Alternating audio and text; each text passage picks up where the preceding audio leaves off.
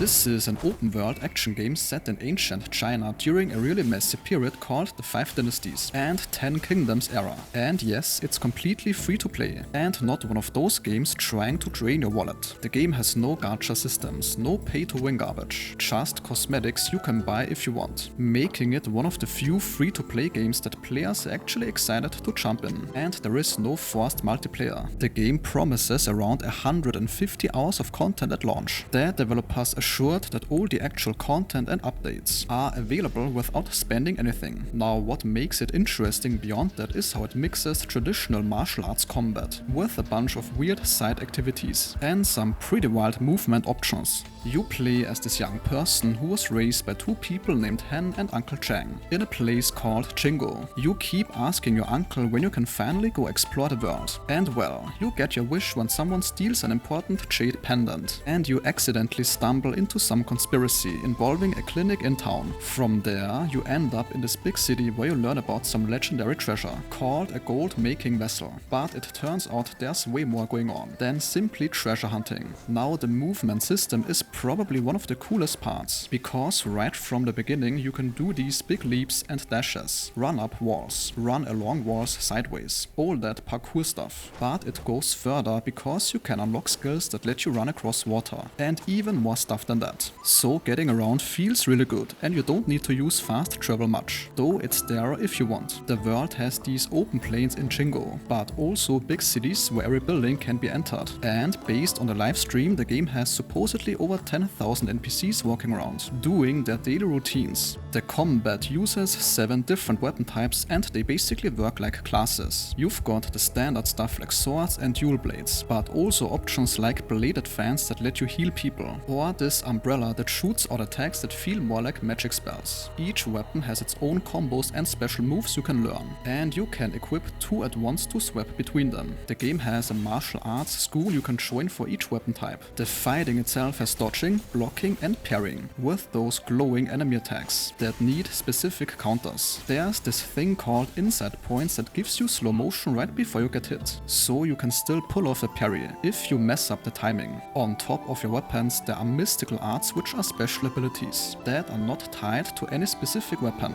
Some mystical arts work outside combat too. The side content is kind of all over the place in a good way. For example, the game allows you to learn to steal items from people's pockets from a distance, but of course you need to make sure nobody sees you. You can also pull NPCs off their horses and steal and sell their horse. The game has a whole doctor system where you can get sick or injured and need treatment, and you can actually learn to be a doctor yourself. This, for example, allows you to help other players in multiplayer. Keep in mind that the game is mainly a solo narrative experience with optional multiplayer features. The game is not a traditional MMORPG or something. The game furthermore has archery challenges, chests hidden behind combat or movement challenges, dungeons with bosses at the end that can drop unique cosmetics, and more than that. The world changes based on time and weather, and NPCs tend to react to stuff like rain by running for cover and maybe starting conversations. Most of the game's content supports co-op with up to 4 people. You can invite friends to join you in dungeons or just exploring the open world, or use matchmaking to team up with random players for harder challenges. The game has multiple difficulty settings and you can customize a lot of stuff. And that sentence concludes today's video. If your time was respected, a like or comment is very much appreciated.